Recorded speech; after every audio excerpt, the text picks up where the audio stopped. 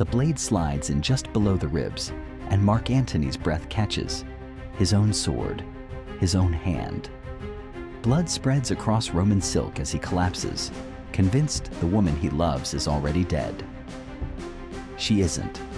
And this mistake, this final act of devotion based on a lie, will end the last chapter of Pharaonic Egypt and reshape the entire Mediterranean world. But to understand how we got here, we need to rewind to when Cleopatra was just trying to survive. The girl who shouldn't have ruled. It's 51 BC, and 18-year-old Cleopatra sits on a throne she's forced to share with her 10-year-old brother. In Egypt, this isn't unusual.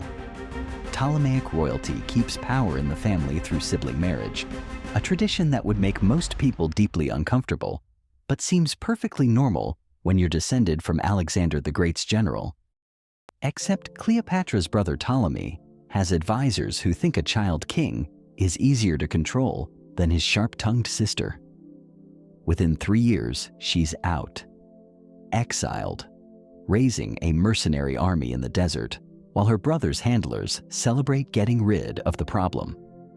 Then Rome's civil war shows up at Egypt's doorstep.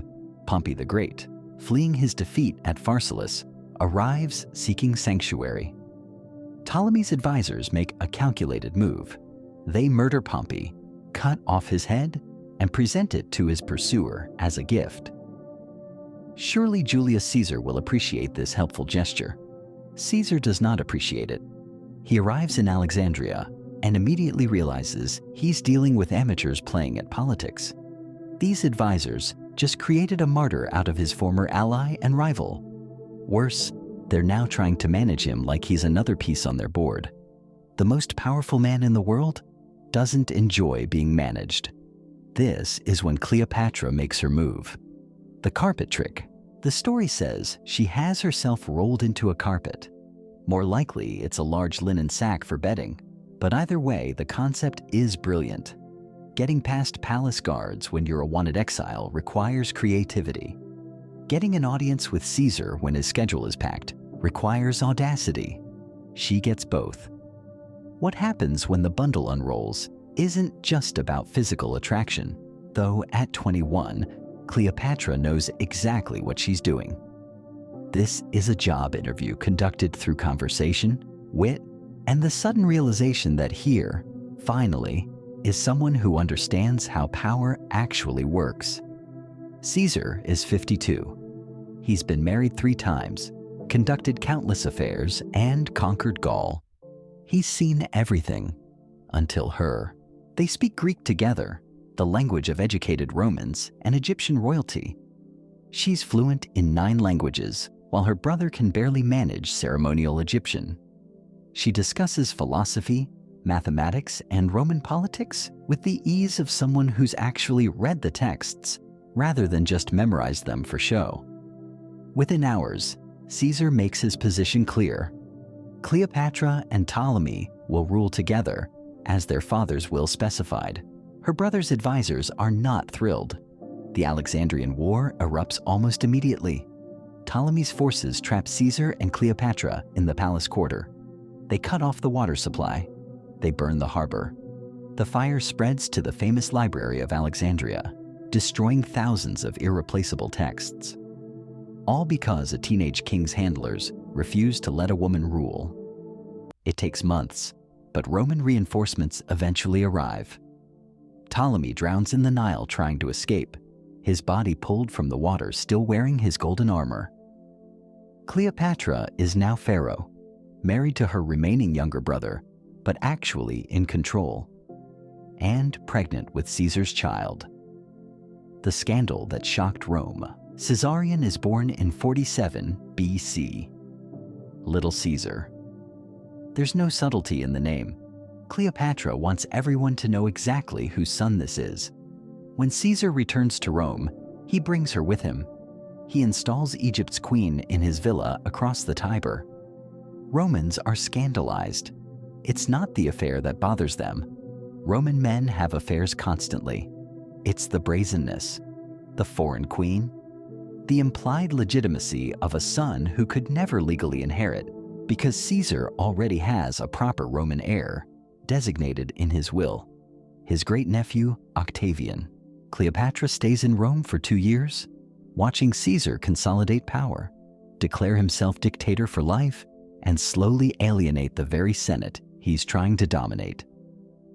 She's there when the conspirators start sharpening their knives, though whether she warns him remains unknown. What's certain is this: on the Ides of March, 44 BC, 23 knife wounds end the relationship that remade Egypt's fortunes. Cleopatra flees Rome within weeks, sailing home with her son while the Republic tears itself apart over Caesar's bleeding corpse. She's 25 years old, ruling the wealthiest kingdom in the Mediterranean, and suddenly, very alone in a world where Roman generals are choosing sides for the next civil war. One of those generals is about to become her greatest love and her final mistake. Mark Antony arrives in Tarsus expecting tribute and finds theater instead. Cleopatra sails up the river on a barge with purple sails and gilded oars. She reclines under a canopy dressed as Aphrodite, while servants dressed as Cupids fan her with ostrich feathers. The entire production is calculated to overwhelm, and it works. Antony has summoned the Queen of Egypt to answer questions about her loyalty during the Civil War. She turns the interrogation into a seduction before he can ask the first question. This is 41 BC. 3 years after Caesar's assassination, the Roman world has split between Octavian in the west and Antony in the east. Antony controls the wealthier half, but he needs Egypt's grain and gold to fund his ambitions. Cleopatra needs Roman military backing to secure her throne and protect Caesarion's future claim. It's a negotiation disguised as romance, though the romance becomes real enough. Unlike Caesar, who treated their relationship as a pleasant diplomatic bonus, Antony falls completely. He winters in Alexandria, ignoring Roman duties while Cleopatra shows him a city that makes Rome look provincial. The palace complex alone covers acres. The library, rebuilt after the fire, contains thousands of scrolls. The museum attracts scholars from across the known world. Greek philosophy, Egyptian medicine, Babylonian astronomy, all mixing in one city while Rome is still figuring out plumbing. They drink, they gamble, they form a society called the Inimitable Livers, dedicated to excess that would bankrupt lesser kingdoms. But between the parties, they're planning. Cleopatra bears twins in 40 BC, a boy and girl named Alexander Helios and Cleopatra Selene. Sun and moon. The symbolism isn't subtle. She's positioning her children as rulers of a new world order with Egyptian and Roman blood flowing through their veins. There's just one problem. Antony is already married to Octavian's sister. The marriage was political, designed to cement the alliance between the two most powerful men in the Roman world. By openly living with Cleopatra and acknowledging their children, Antony is humiliating Octavian's family and broadcasting where his true loyalties lie. Octavian, who inherited Caesar's name and is building his power base in Rome, takes notes. For years, the arrangement holds. Antony rules the East with Cleopatra beside him. They have another son, Ptolemy Philadelphus. Antony grants her territories: Cyprus, Crete, parts of Syria, and Lebanon. The donations of Alexandria, he calls the ceremony, handing out provinces like wedding gifts. He declares Caesarion the legitimate son of Julius Caesar, which directly threatens Octavian's claim as Caesar's heir. Everything Antony does makes sense if you're building an Eastern Empire with Alexandria as its capital. Everything looks insane if you're trying to maintain power in Rome. Octavian's propaganda machine goes into overdrive. The great Roman general has gone native. He's become Cleopatra's puppet. The foreign queen is using her feminine wiles to destroy Roman virtue from within. It's remarkably effective, this reframing of a power-sharing arrangement between two rulers into a story about a weak man controlled by a scheming woman. War becomes inevitable. The Battle of Actium in 31 BC should have been Antony's victory. He has more ships. He has Egypt's wealth funding his campaign. But Octavian has better admirals and faster vessels. When Cleopatra's squadron suddenly breaks formation and flees, Antony follows her. Whether it's a planned retreat or a moment of panic, the result is the same. His fleet surrenders. His army defects. The Eastern Empire collapses in a single afternoon. They retreat to Alexandria and wait for Octavian to arrive. Antony tries to rally support, but nobody's betting on a general who abandoned his fleet to follow a woman. The end comes in stages. False reports reach Antony that Cleopatra is dead. He stabs himself, then learns she's actually alive and hiding in her mausoleum. He's carried to her, dying slowly from a stomach wound, while she refuses to open the doors for fear of capture. They hoist him through a window instead. He dies in her arms, bleeding out while advising her to trust one of Octavian's officers for safe passage. She doesn't take the advice. Octavian wants her alive for his triumph, the victory parade through Rome where he'll display Egypt's queen in chains. She's seen these parades. She knows what happens to defeated rulers. So she tests poisons on condemned prisoners, searching for something quick and painless. The ass-pea story, the dramatic snake smuggled in a basket of figs, makes for better theater than the truth probably does. What matters is the result. On August 12th, 30 BC, Cleopatra dies in her mausoleum, dressed in royal regalia. She's 39 years old. Octavian has Caesarion hunted down and executed. Two sons can't share the sun, he explains, quoting Homer. The remaining children are sent to Rome to march in Octavian's triumph, then raised by his sister. Egypt becomes a Roman province. The Ptolemaic dynasty ends, and the propaganda version of Cleopatra begins. The winners write history, and Octavian is extremely good at winning. He transforms himself into Augustus, Rome's first emperor, and spends decades cementing his version of events. The official story requires villains. Antony gets reframed as the noble Roman corrupted by foreign influence. Cleopatra becomes the corruption itself. Roman writers build the mythology. Plutarch gives us the pearl dissolved in vinegar, the elaborate suicides, the exotic cruelty. Horace writes poems celebrating her death as Rome's salvation from a mad queen's ambitions. Lucan describes her as a disgrace to Egypt itself. Josephus calls her insatiable in her greed. The pattern is consistent. Every vice Rome fears in a woman gets projected onto her.